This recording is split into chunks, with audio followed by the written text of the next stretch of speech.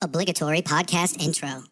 Hi, hello, and welcome. This is Flipping Pages with Matt and Adam. I'm Matt with my co-host Adam, and this show is where we take all 70 letters of the alphabet, we put them in the hamper, we each draw a letter and then pick a comic that begins with that letter. I don't know his. He does not know mine. Spoilers ahead for these two comics. I got P.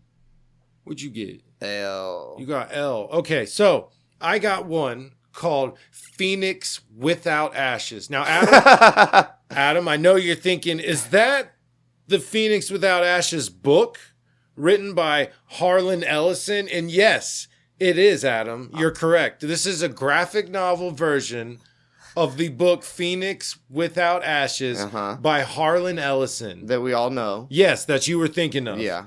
This came out in 2011.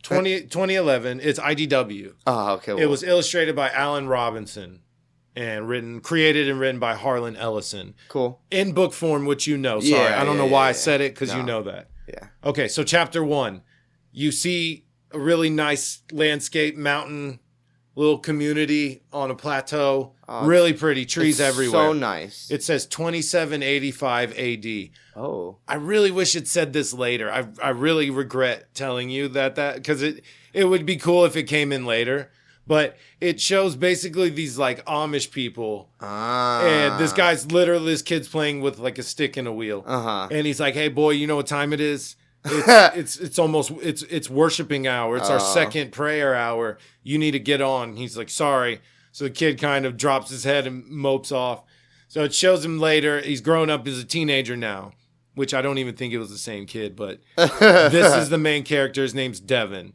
This place is called Cypress Corners. It is 50 miles. I like that name, actually. 50 miles. End to end, 50 miles. This dude is named Elder Micah. He runs Cypress Corner here. Yes, he's in charge of Cypress Corner. Okay. Like I said, they're all Amish. They got the big hats, the same outfits. The women are wearing the little white head wrap or bonnets. Thing. Yes, big dresses. Yeah. Stick in a wheel. A kid was that's the best way to. Yeah. I mean, damn, they don't have anything. They got cell phones, no TVs, nothing. I didn't. But we already spoiled it. I haven't even seen a book. But yeah, I mean, I wish. That's why I said I wish it was later. So he basically yelling at all these people about how his way of life is right. Everyone else who disagrees is wicked. Basic religion, church stuff. Yeah. Sorry if anyone else. You know what I'm saying. The bad ones. So this he's having a sermon and basically calls out Devon. He's like, people who talk against the elders, like you, Devon? Huh? Anything to say, Devon? And he's like, you spite us, huh? You don't like... He's like, no, it's not spite, Elder Micah. It's just, I got questions, man. I got stones to throw, okay? Yeah. I just want to know. Initially they're talking about this girl, Rachel. He's in love with Rachel. She has been promised to wed a guy named Garth since birth. Oh, damn. And Devon is like, dude, they don't love each other. Garth doesn't like her. She doesn't like him. We're in love. This forced wedding is stupid. You should let us serve. And he's like, dude, I gave you time to go out into the mountains and cleanse yourself. And you come back and you still talk this blasphemy. Oh my God. Just him talking back to the elder gets the crowd like into a flurry. They're like, impiety. Oh, God. He's like, he answers back. He should be driven out. And like one dude's like, kill him. Oh, dang. So he tells him quiet, like, chill out. You know, we're good here. We just need to get rid of this vermin, this stuff. Young Rachel, she's serving the Creator. The Creator's word said she is to wed Garth, and we can't go against that, right? Right.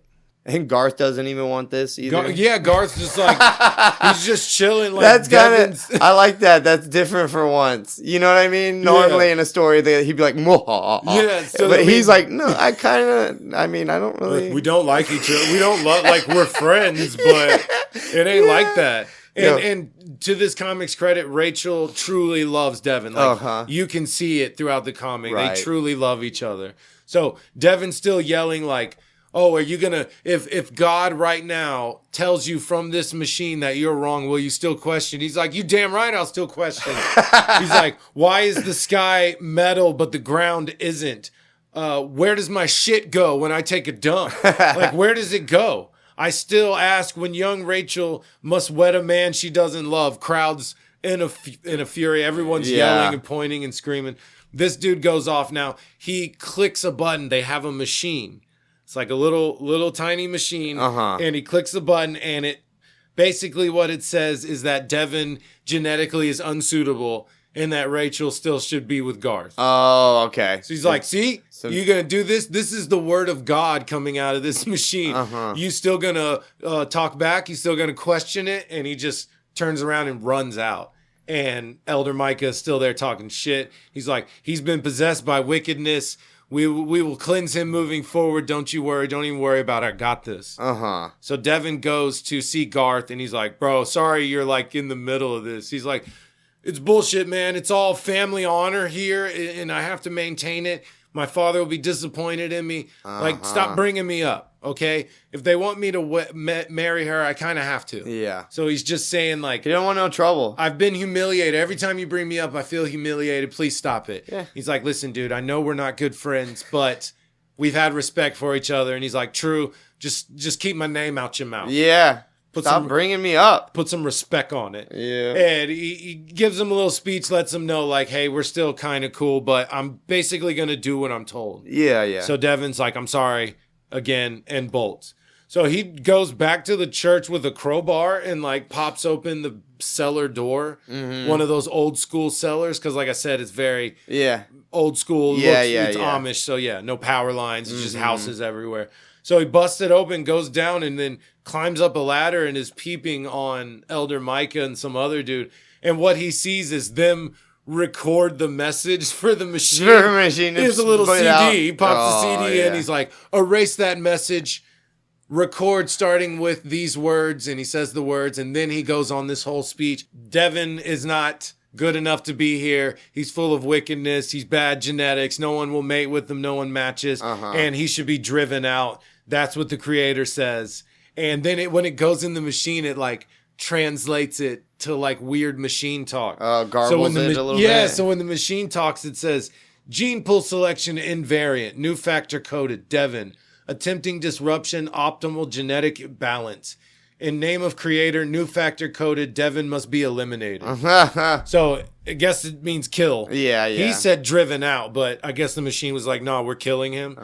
Devon just pops right in. He's like, no, fuck you. I'm taking that shit. So he grabs the CD. He rips something off the wall, wrecks them in the face a few times. Nice. Takes the CD and bounces. He goes straight to Rachel's house.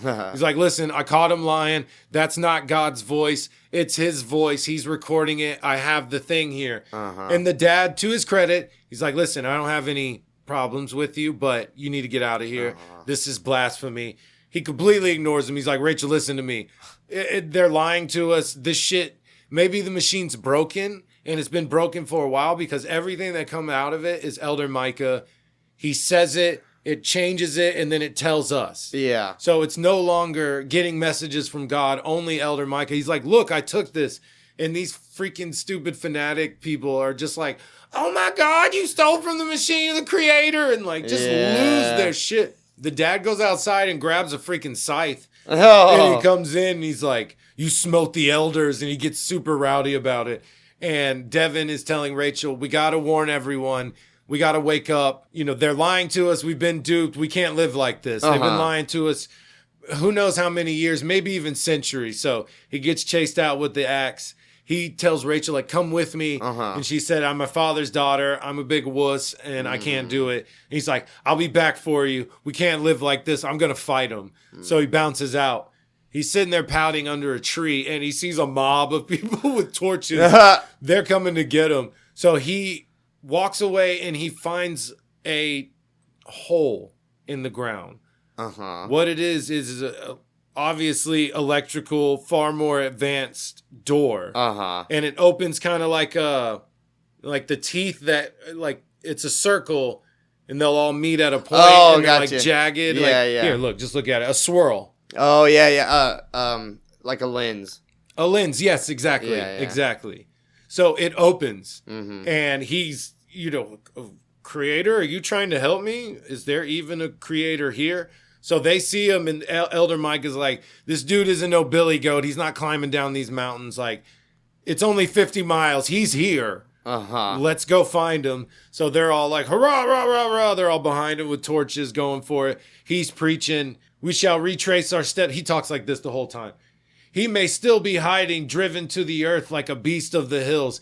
They say thou and hast and all that a lot. Right. It's kind of annoying. Yeah. He's looking in the hole. He can hear them yelling. He trips. Falls. He's holding on to like all four sides of the, his arms and legs. He's holding on. Some light pops up. They can hear him screaming, and they're like, he's over here. And then he falls in the hole. He thinks, oh shit, the creator's dragging me to hell. Oh, damn. Because he's, again, religious fanatic.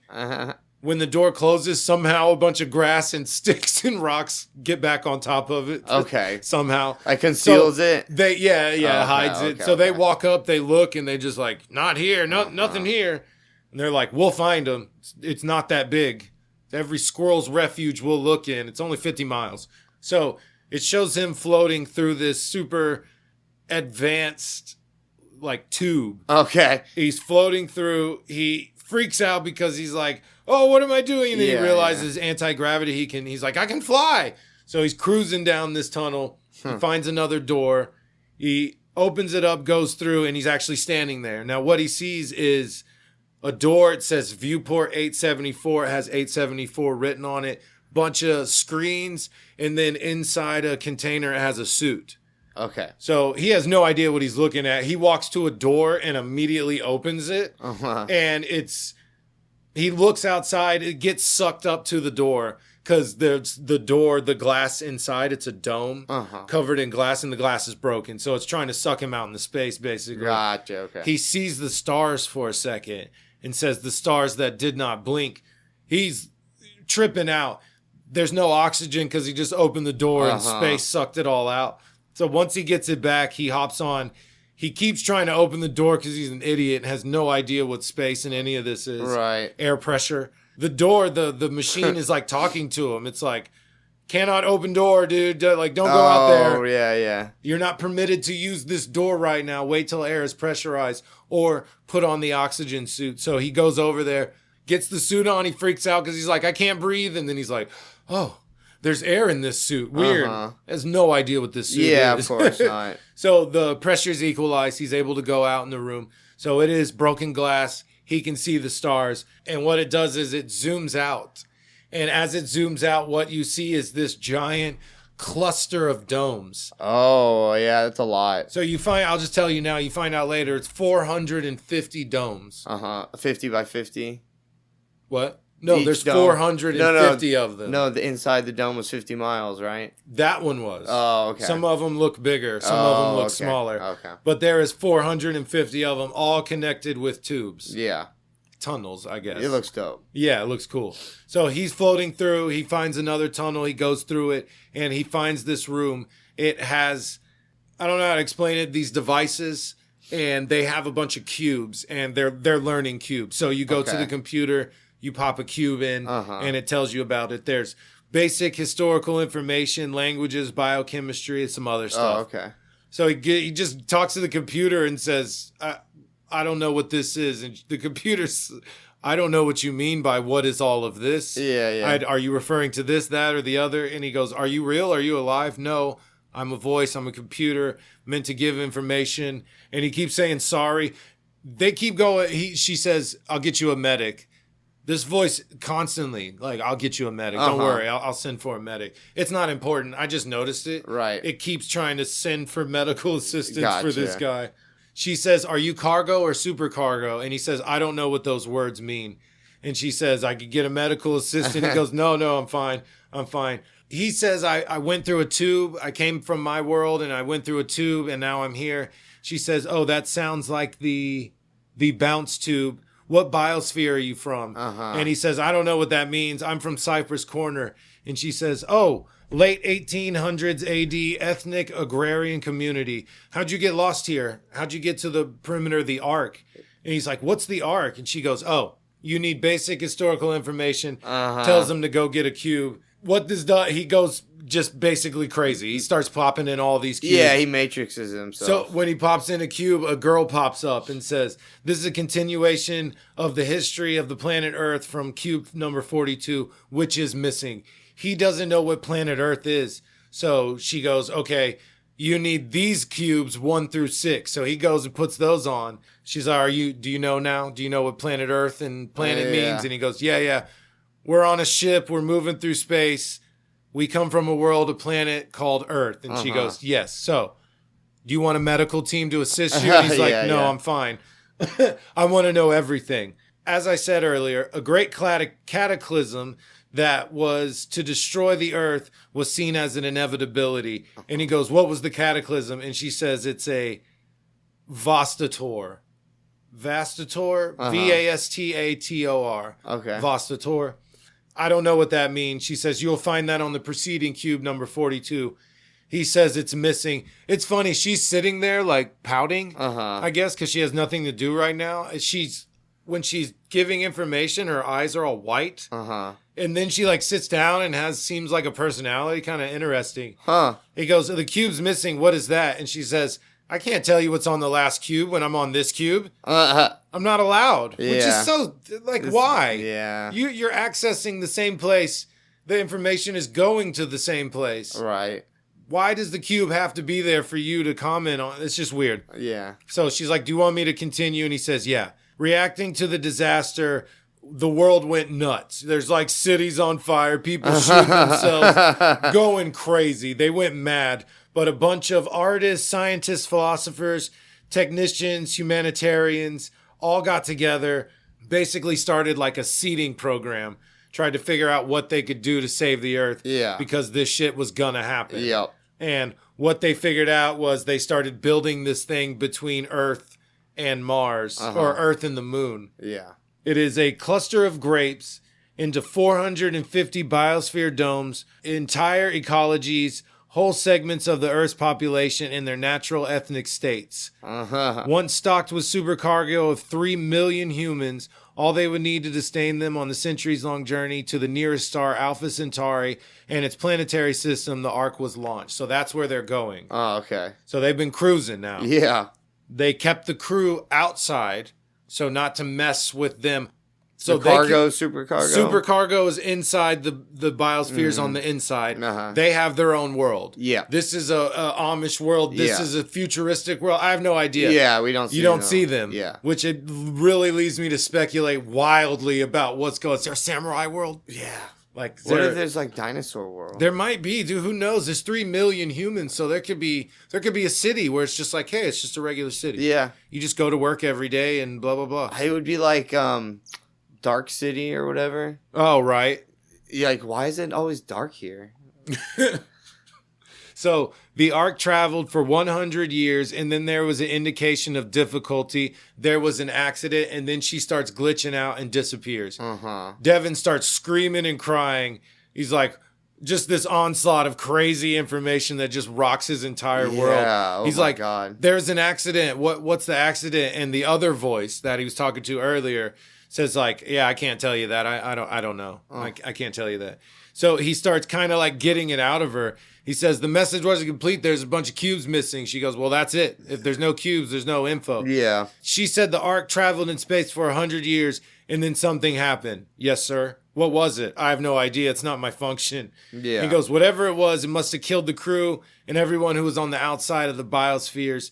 She goes, that's crazy judgment. How'd you make that up? Wait a minute. What year is this? She says, Earth dating. He said, yeah, the AD you mentioned. 2785.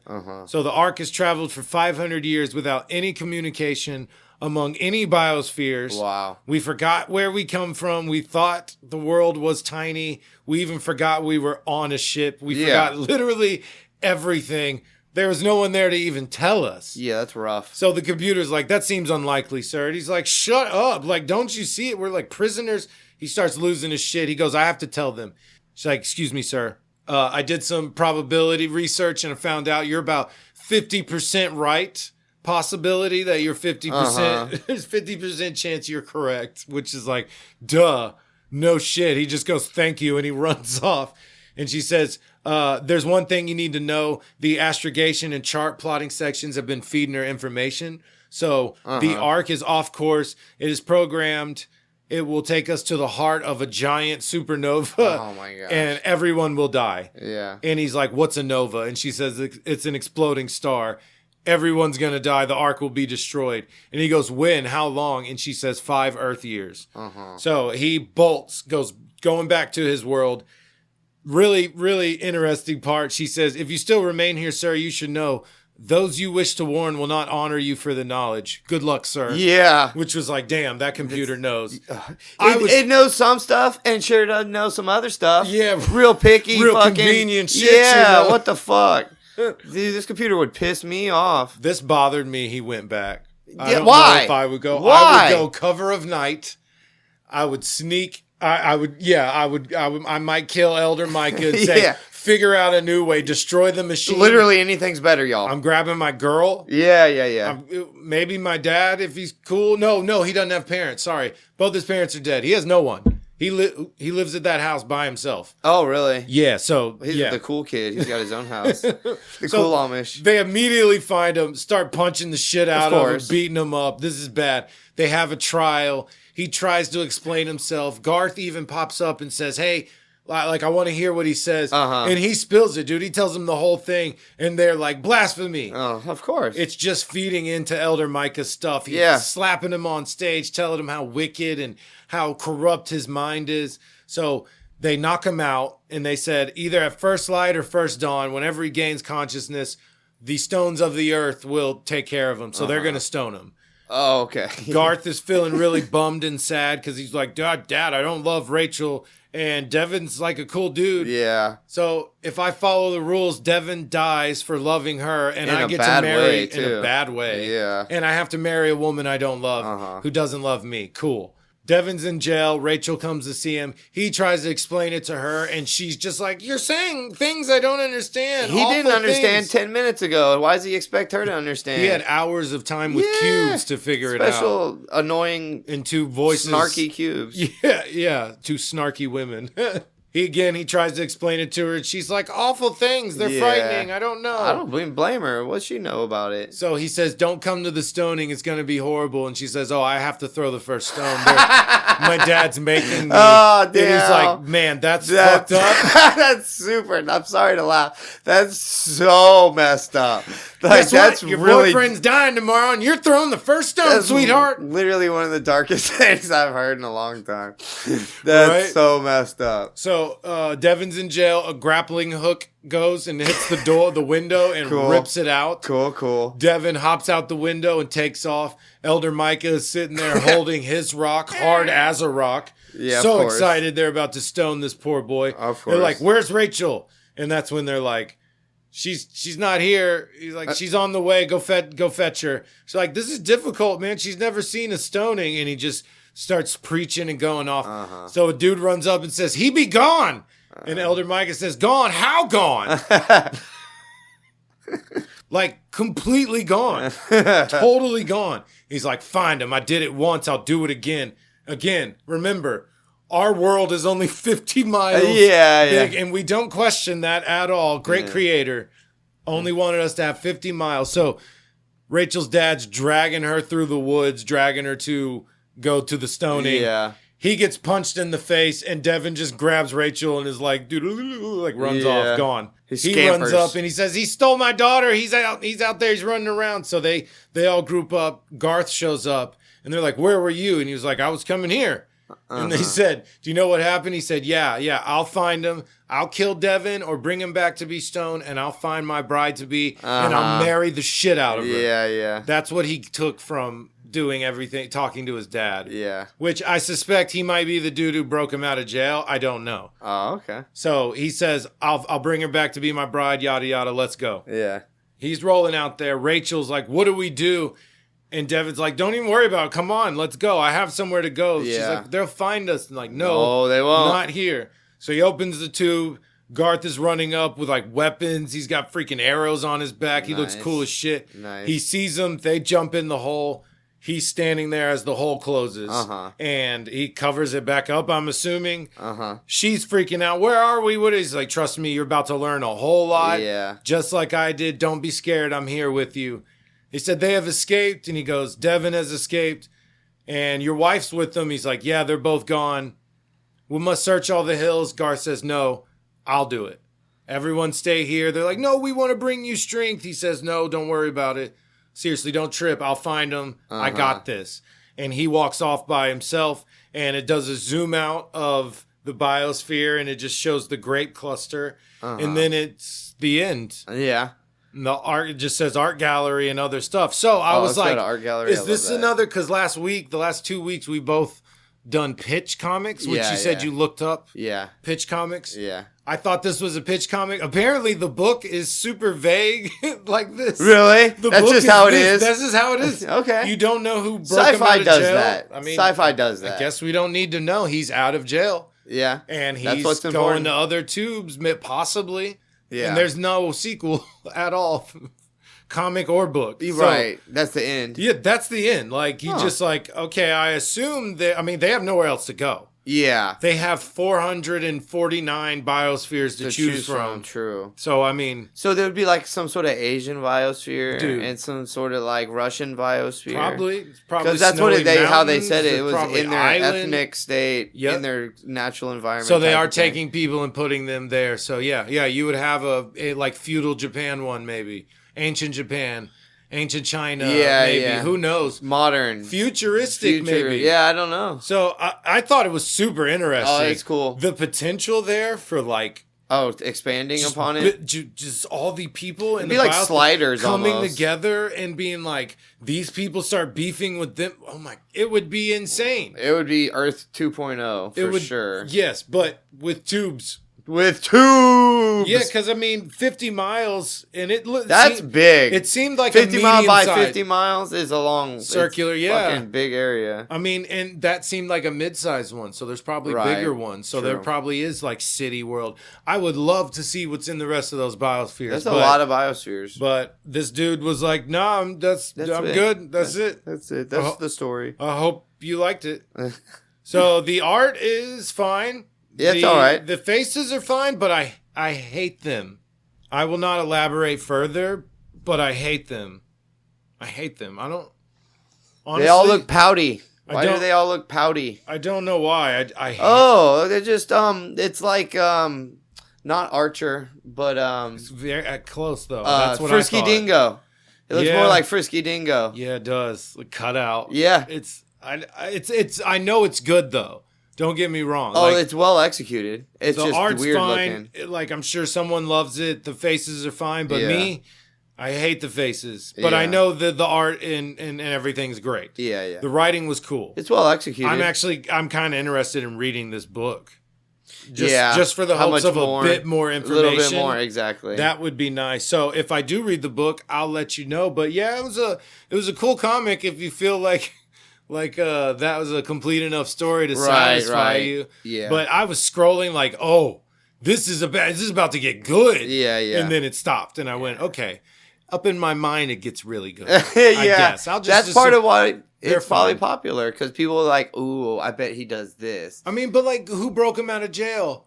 That's funny they didn't even explain that. Like, I bet in the book they do. They have to in the book. Maybe. What are these? I mean, I read a little blurb about it that straight up said, no, the book is just as vague. This isn't exclusive to the comic. It's just as vague as the book is. Okay. So we might not know. I assumed it was Garth. He wasn't at the meeting. They were like, where were you? So maybe. But I enjoyed it. I thought the concept and idea was fucking incredible. Oh, genius! Like it's not that complicated, but it's cool. That's why I said I wish it didn't say 2785. Why? AD. Why did they do that? That would have been cool if you like pushed play or you saw something that's the first that time you see it. Yeah. Yeah, make it so. Yeah, that was disappointing, but like the concept, it's awesome. It's cool.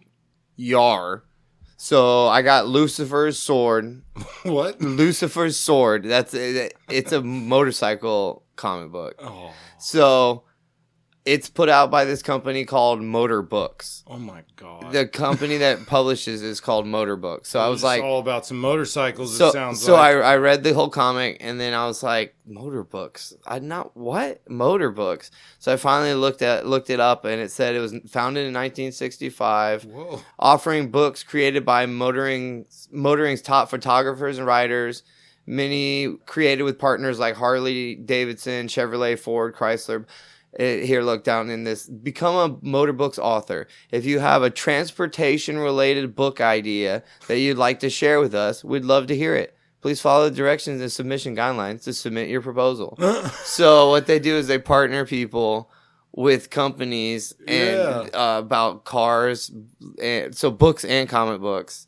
And that's their entire MO. So the cars get put in the comics. They get sponsored or funded to do their comic. Yeah. That's crazy. Dude, I will make up a story about a car to get that done. Apparently it's not. That's a thing. Let's become part of Motor Club, bro. Motor Books, bro. Everybody check out Motor Books. Motor Boats. I'm sure they have tons of amazing content. So our story is a partially biographical story of a guy named Phil Cross. I hate biography. So Phil Cross was a man born in 1949. No, he wasn't born in 49. He was like 10 or 11 in 1949. He saw motorcycles for the first time, like a motorcycle gang that came back from World War II. That's when they started. Vets came back and they got Harleys and bikes and they Indians. Drove all the way back. And, yes, that's right. They had no planes, just motorcycles. All the way from where? Germany? Vietnam? What'd you say? World War II. World War II, so Vietnam. Exactly. Yeah, exactly. He saw him for the first time. He lived in a podunk town. He never saw anything cool ever. So a group of dudes on a motorcycle is basically the coolest thing he ever saw in his whole life. Like I said, this is partially biographical. This is a comic book, not a book.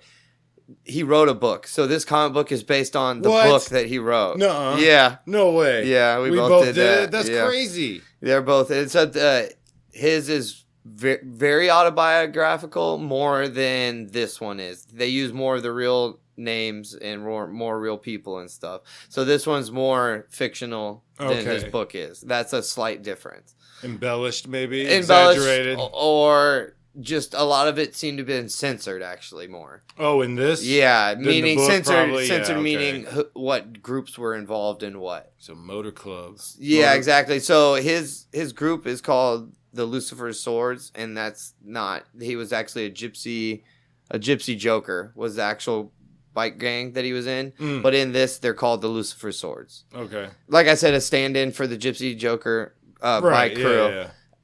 I'm not going to make fun of either one of them. Right. And then he eventually they patch over to become Hell's Angels. That doesn't actually happen in this story, so I'm just going to give you that info now. In real life? In real life, yeah. He was a gypsy. Preceded the Hell's Angels? No, they patched over, meaning like they were the gypsy jokers, and the Hell's Angels were like, you can become the Hell's Angels as well. Oh. And then so now you're change out your cut for the Hell's Angels. Really? Yeah. Why? When you want to stay join gypsy? A bigger group. I guess, yeah. More clout, probably. Better vacation. Yeah. PTO. All the good dental. All the good stuff. Maternal leave is fantastic. Oh, my God. 12 dental, weeks. Vision. 12 weeks. 12 weeks. Can you imagine? Our medical, our insurance. No copay. Fantastic. No copay. Bro, no deductible. None. Hell's Angels. Hell's Angels, bro.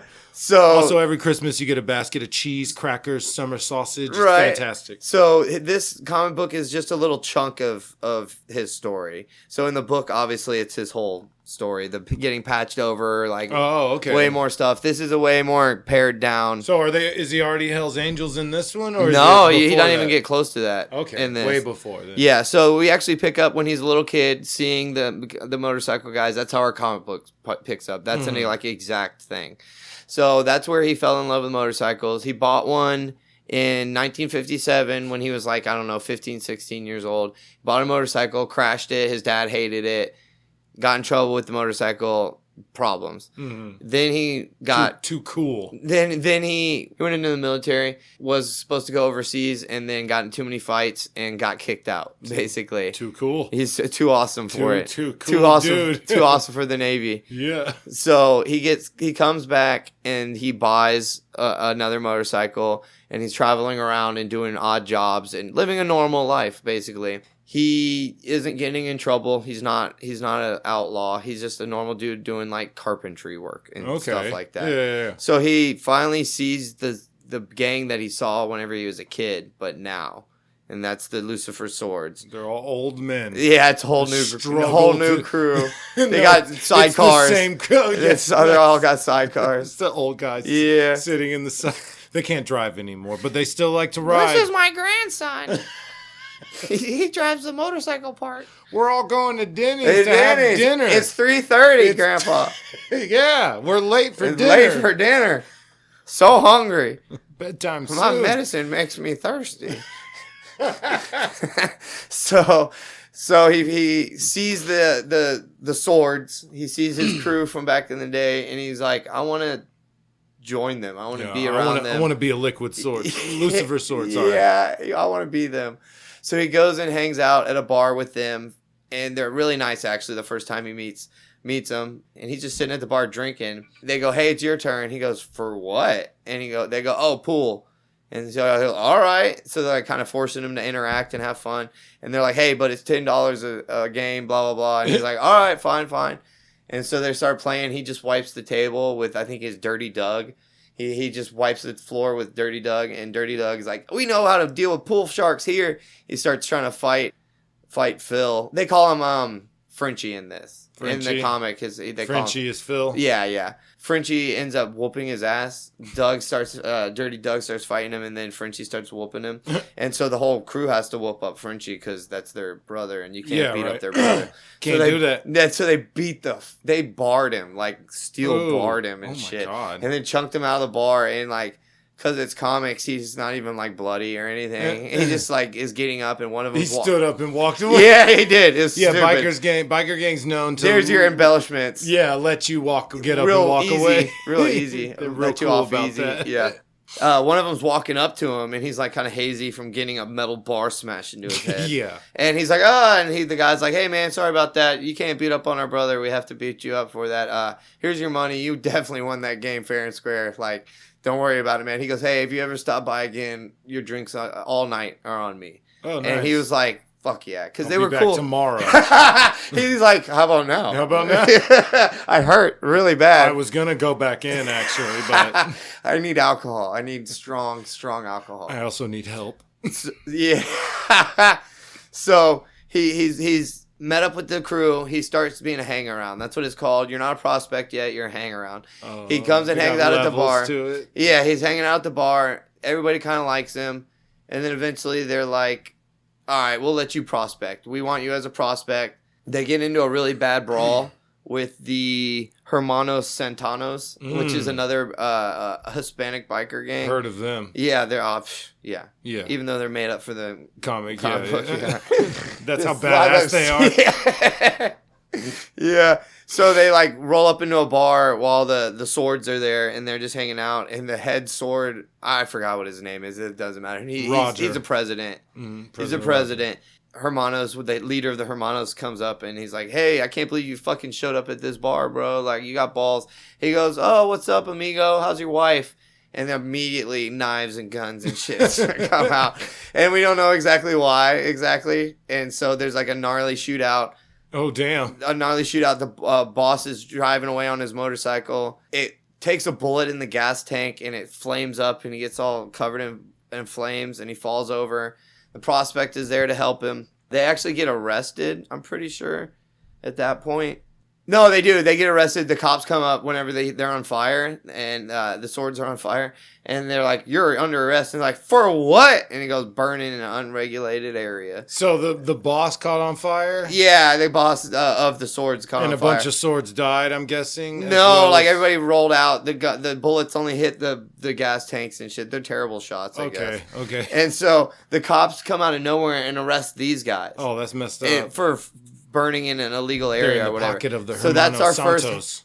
What? That's where we get our first indication that the police are in the pocket of Hermanos Santanos. I just said that. I was telling you that, Adam. I was telling you. No, I was... So whenever I read it first, because I have to kind of like a little bit of analyze comics because of the show and whatnot. I was like, what? Wait, what? Wait. The cops come out of nowhere, and then I just thought it was weird. Yeah, I didn't put it together. Obvious, though. I didn't put it all the way together yet, but I was like, that's super weird. Why did they do that? Yeah.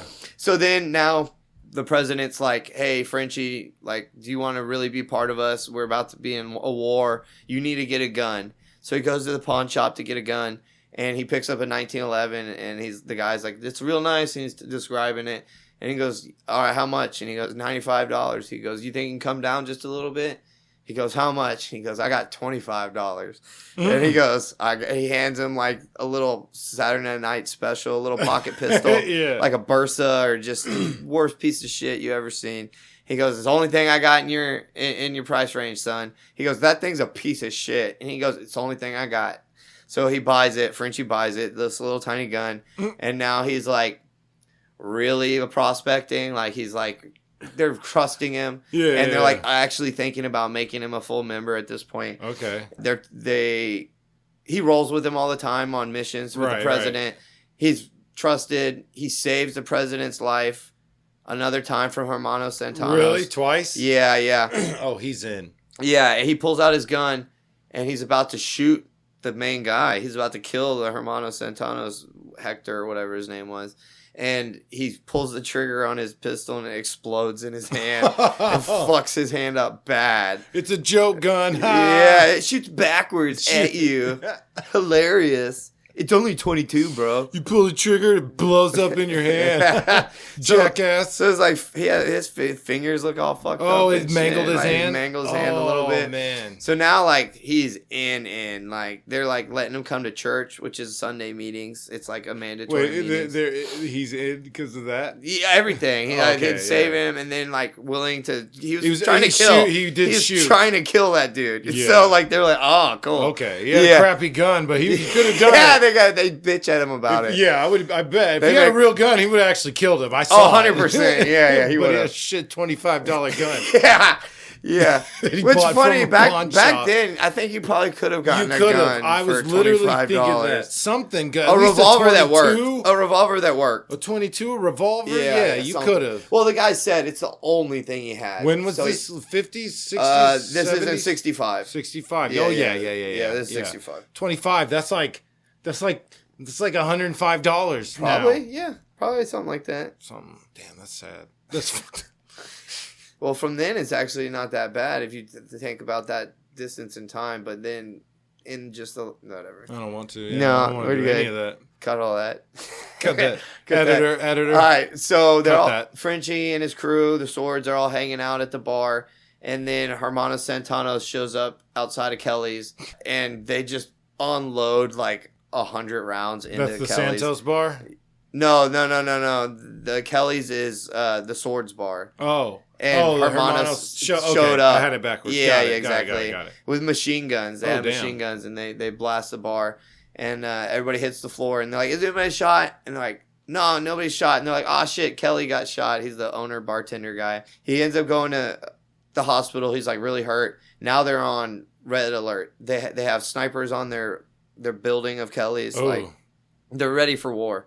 And since it's wartime basically, they are like, all right, we're making Frenchie a full member of the Sword. They beat him up, they put a hood on him, and they tie his hands behind his back and they lead him somewhere and they put him on his knees, and then like it's silent for a little while. It's more silent, and then he realizes nobody's there. So he like easily gets untied, he pulls off his thing, and there's the cut. His jacket or whatever is on the ground, and then it's like their joke to welcome him into the gang or whatever, the club. And so he walks inside. There's a big ass party for him. Like you sat there for a while, dude. Basically, you're the only one we thought to come and check on. What the fuck? Yeah. So now he's a full member, and now it's war with Hermanos. They go. It's Frenchie's idea. He's like, hey, we can go explode their club and make it look like a gas leak, And then that way we might even just get away with it. Like, then we can just plausible deniability. Like, no, that's just bad luck type thing. So he goes on missions with the president and a couple other guys, probably dirty. And they go and they blow up the Hermanos clubhouse. Oh, they actually got it done. They got it done. Cool. It blows up. It takes out a dozen of their bikes too. So their clubhouse blows up and a bunch of their personal bikes blow up. Oh man. So if they thought they were pissed off before and willing to gun down your fucking bar, that was before they blew up this thing. Right. So now, bikes are members. Like they're not bikes. Those are members. That's what I mean, man. So they, like I said, they blow it up, and now they're just hanging out at Kelly's. Kelly's is their new like clubhouse, basically. They have a clubhouse, but they also had the bar, Kelly's. So the president, or no, it wasn't the president. It was, I think it was Dirty. Dirty was actually Kelly's cousin, the bartender owner. Yeah. So Kelly dies, and he ends up dying. He wills the bar to Dirty. And now Dirty owns the bar, and so now that's their He's like, I'm going to call it Kelly's. He did. I'm going to serve home-cooked meals. Giant chicken fried steaks. I didn't even get it at first. Sweet tea, biscuits. Yeah, chicken fried steaks the size of your head. The size of the whole 4 damn heads, plate. yeah. If y'all don't know, I guess there's some people, we have a restaurant here called Kelly's that serves home-cooked meals, and there's a steak they serve that is... I mean, what? It's a platter. It's not a plate size. Yeah, about 10 inches long, and Probably, it's a huge piece of steak. It's so ridiculous. good. The restaurant is called Kelly's, though. Yeah. Sponsored by Kelly's. Sponsored by Kelly's. All right. So they kick it at Kelly's. That's the new clubhouse. They're chilling, and then all of a sudden some detectives roll up. And they're like, hey, guys, what's up? They had actually talked to him before whenever the shootout happened. Right. Exactly. So they come and they go, hey, guys, how y'all doing? What's going on? And they're like, oh, yeah, we're good. What's up? They go, yeah, some crazy shit happened. You know, Hermano's place blew up, and they're like really fucking pissed. And, you should probably lay off it and just quit and not do any of this. And they're like, what? Are you going to, like, arrest us? And they're like, no, that's not what we're here for. We probably shouldn't mess with Hermanos. Just don't.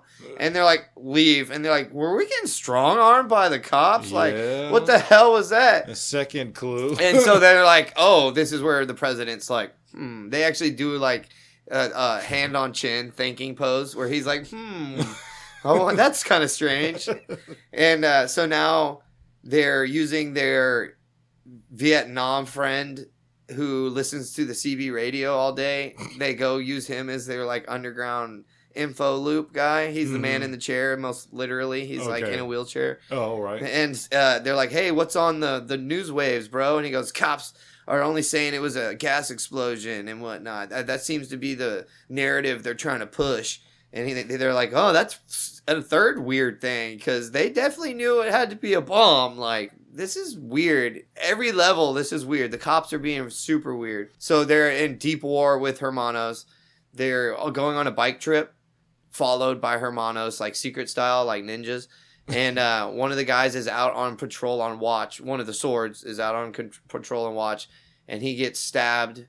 And he's like dying, and they're taking him away. And Frenchie comes out, and he sees this, and he like super fucking solid snake up behind these fuckers, and uses a Bowie knife and like murders both of them, like real badass style. Yeah. And then he carries. I think it was Dirty. Dirty's like one of the main fucking characters. Like 4 main swords. Right. Yeah. I think it was Dirty. It gets stabbed. Focus on someone. Yeah, got stabbed or whatever, and he carries this giant man, and because Frenchie's not supposed to be big, and everybody's basically bigger than Frenchie, right. But he knows martial arts. That's a thing. Phil Cross wants you to know he knows martial arts. Because it's in every adaptation, everything I've seen, they mention that he knows martial arts. Just a black belt. Fucking hilarious. Trying to live his life. In 1965, people didn't know. Like, they were like, oh, he knows martial arts. I bet he could beat up like 20 guys. He'd beat up everyone. Yeah. If you had a sword, he would still win.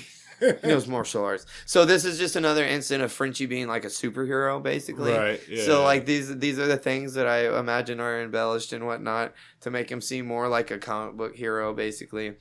Like sneaking up and fucking murking 2 dudes and all stealth kills. Yeah, and then we have a pretty gnarly scene of them taking the bodies of those 2 dudes that Frenchie killed and like mutilating them and then wrapping up in carpets and then like going to the Hermanos clubhouse, dumping the bodies out and firebombing the spot at the same time. Damn. And I was like, whew, okay. These guys go hard. Yeah, that was rough. And so there's some serious scenes where they're like, this is where Frenchie is talking to the president about, hey, we have to do something like decisive. Right. Let's kill Hector, the leader of Hermanos. Mm-hmm. And he goes, if we take him out, you know, at least they'll be disorganized, whatever. He goes, that's what we need to do. So the boss is like, well, does everybody agree? Like, this is what we're going to do? And like, yeah, that's what we're going to do. So they set a trap. They send Frenchie, of course, out as bait to drive through Hermanos territory. Mm-hmm. Goes through the Hermanos territory all slow. Do. Maybe like blaring his radio. I don't know. Yeah. Like acting like I'm lost. I'm a lost little boy. Oh no. Yeah, and so he gets tailed. I guess luckily it's the Hector guy is one of the guys. They set up a trap. Frenchie comes down an alleyway, and they have a rope tied up across, and they yank it up for when the Hermanos comes up. And they say it almost decapitated him. And then they used metal bars. And then they killed him. They beat him to death. The boss? The boss and a couple other guys. Oh, damn. Just in an alleyway? Yeah, just in a straight up alleyway. That's wild. They're like, that was a lot easier than we thought it was going to be. Holy shit. Yeah. It worked. Everything worked. Yeah, exactly. Great plan. Yeah, exactly. So now they're like kind of celebrating. Frenchie's celebrating. They're all like, hey, this is amazing. Whatever. And then the detectives show up and they're like, you dumb, they're instantly like, you dumb motherfuckers, looking at everybody.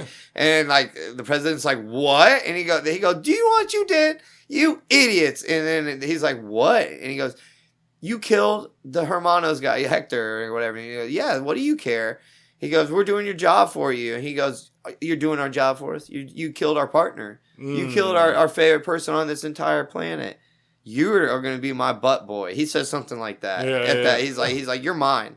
He goes, me and Hector, we're partners. He goes, no, I own you. Like, you work for me now. Mm. He's like, you're going to sell heroin for me? Because this is all, everything's sugar-coated, so the swords are just fun ruffians that never did anything wrong. Yeah, and now it didn't seem like they had a lane. Yeah, and so now they're like, oh, we have to sell heroin? No, we're a biker gang. But we're just a sweet biker gang. Yeah. God. Drug dealers. We just firebomb and drop mutilated bodies off. Right. We're not heroin dealers. We draw the line at drugs. Yeah, we murder people with knives. We don't sell drugs. But they're other bikers. You get it? Yeah. Not regular people. Not civilians. It's all good. So the detectives ended up like holding a gun to the president's head and like, you're going to do what we say. We own you. Your whole crew is ours. Like, everything we say you have to do. And they leave in, like, a rainstorm. There's, like, lightning and thunder behind them. Yeah. And it's real dramatic. A lot of black inking on that page to make it look like night. Like, a lot of shadows. It looks real dope. And then you go down a little bit further, and then you get a picture of Phil Cross. And I'm like, wait. They don't even expand? That's the end. That was the end? It ended that abruptly. I didn't want to say it was coming. I didn't want to make it seem. God. I wanted it to be as abrupt as it was because this is an ad for Phil Cross's real book. This is for his book. It's called Gypsy Joker to a Hell's Angel, and it's best-selling book chronicling. This is an ad for his fucking book. Basically, is what it is. That's hilarious. You bought a sample story for his book. Hey, and you interested? The rest. It's in this book. No, this dude's a liar. I don't care if it's like partially bullshit. Anyways, they even admit some of that. This dude, he's a liar. None of that shit happened. Yeah. When he was a kid, he saw some motorcycle guys. And he was probably like, that was really cool. I like motorcycles. And I like motorcycles. And then I bet he went in the Navy. And I bet something bad happened to him. And then he left. You know what? I bet he's actually probably a really cool guy. And if we met in real life, I would shake his hand and have a beer with him. Right. But he didn't kill nobody. He didn't do none of that shit. He might have. No, you're right. He might have. No, he probably beat the shit out of some guys and maybe stabbed somebody once. I beat the shit out of some guys. That's what I mean. I said stabbed some people a few times, but he wasn't no ninja. He wasn't no ninja. No, you're right. Also, but he kept saying the martial arts thing. It was kind of annoying.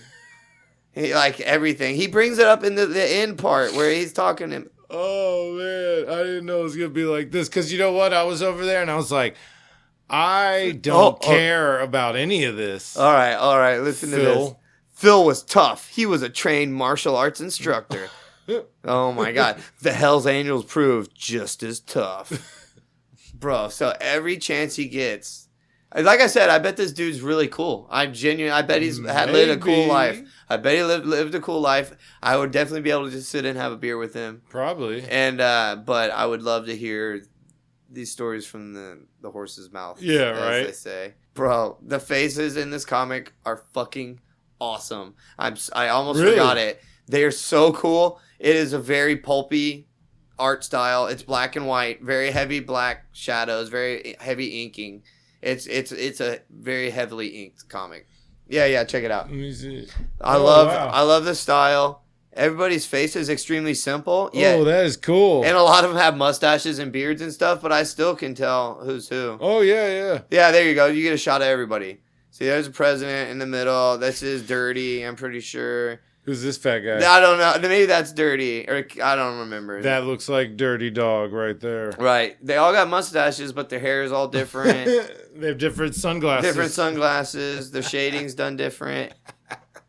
Yeah, but aren't their faces funny? Yeah, that's some of them look like the dude. Really well done. I love it, dude. It's so funny. Somehow it's just an ad. Somehow they're realistic-ish. You know what I mean? They are very, yeah. Like that's like very realistic proportions. Mm-hmm. Like, they are well done. I loved it. It's funny. I love the art in it. The story was funny and fast. It's obviously a very short story. You get a nice little chunk of this dude's book in art form. Like I said, the art makes it. The art makes this comic book for sure. The silliness, okay, I did really enjoy the silliness of the whole thing. Yeah. It was a fun read, but it wasn't a great comic overall. It was fun, but it wasn't a good comic. It didn't have even close to anything towards the end. I just was didn't have an ending at all.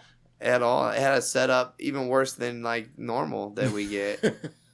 Bing bang boom. Mm-hmm. Matt versus Adam. It's where we take a random character generator online. We see who will win between who I get and who he gets. We're at downtown Houston. We're having a sandwich. Then we see each other and it's fight on site. We're doing cartoon characters. I just left the museum by the way. Yeah, You were eating a sandwich. I was having a sandwich. I am Snow White. That's right. Snow And White. You got Mr. Krabs. Mr. Krabs. From SpongeBob. So I'm going to just go through my skills real quick. Okay. Zoolingualism, Yep. singing, dancing, cleaning, and gardening skills. Man, dude, you're like I'm a regular Goku. person. You're like Goku or and something. not even that talented of a regular person No. at that.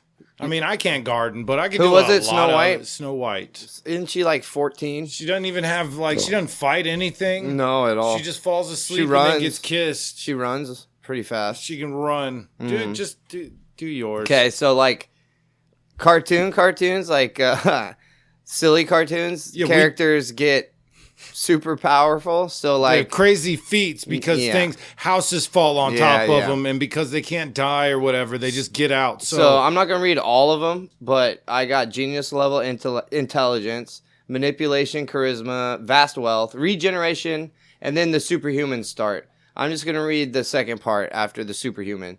So strength, durability, endurance, speed, senses. And I was like, damn, that's like I'm gonna whoop your ass real bad. And then the next one is what got me: teleportation. I would actually whoop you at that point, even being a little guy, because like Yeah, I don't know you're if you know, tiny. I'm like the size of a blue crab, like a little crab. You said SpongeBob is the size of a sponge? Yeah. So wait, why can't I just step on you? Because of all those, You ain't you Ant-Man. could, but You're not Ant-Man. You're not a big guy who's all little, superhuman strength relative to a tiny little thing. oh, it just we go on the wiki, bro. It says No. superhuman I strength. think I just stepped So on you could okay. So if I didn't move out of the way, you're bigger than me, and you could technically step on me, and like with your foot, it just wouldn't do anything to me. It doesn't seem like it No, would. it wouldn't. But yes, you are way bigger than me, so you do have some sort of advantage there for sure. Yeah. For sure. Just to let y'all know, Adam was upset and didn't want to look him up. And I said, look up your guy. And he's like, why? He's a crab. Yeah. And I said, look him up. And we saw superhuman everything. And I Yeah. was just like, are you serious? I got Snow White and said, oh my God, I'm not going to win. And then you got a crab. And I was like, oh, I won. Because Adam was real depressed. And then he looked this up, and So I have I seem to have no chance. Some of the other cool ones are I can do chameleon stuff, so I can be very well camouflaged. Limb detachment and reattachment. So quit digging. You found oil. All right, you won. This is over. Military training. Oh my god. Just whatever. Eat a dick. Oh, this is funny. Near an indestructible shell, and I was about to say that one, but then in parentheses it says only at his youth. Dude, so when he was a kid, he had a near indestructible shell. I could put a foot on you, rip your eyeballs off. I would still kill you, though. You just rip them off. You probably could. You're dead. Eyeballs? No. Eyeballs. Yeah, you're a stupid You ever seen a crab? There's a dude on so YouTube. Gross. There's a dude on YouTube who finds crabs that have no legs. They literally don't have legs. Gives them robot legs. And he feeds them and keeps them alive, and they regrow their legs back, and then they end up just being normal ass crabs. Oh, you think that's why he has regeneration? Because normal crabs. Yeah, yeah, exactly why. Well, damn it! I thought. I got Snow White. I wasn't expecting much. Yeah. So I like 14-year-old girl. I like our random character. That random character generator. That wheel funny. wasn't bad. That's funny. I like that one. Yeah, it was like 220 something. That's characters. good. That's worth it. And I saw some crazy ones in there too. Yeah. We at least recognize most of them. I recognized a lot. We got one private. Don't know who that is. Hey, if this is all the information he gave us, the name private. It just said private. And it's a wheel of cartoon characters. Of all sorts. TV shows, movies, series, franchise, all that. Just the private. It said private. It's probably someone people know. Yeah, we just don't know them. You're dumb. How did you not know? Yeah. All right. That's 36-34. Okay. So I was super close. Get behind again. Son of a bitch. Not too bad. We are on Instagram at Flipping Pages 24.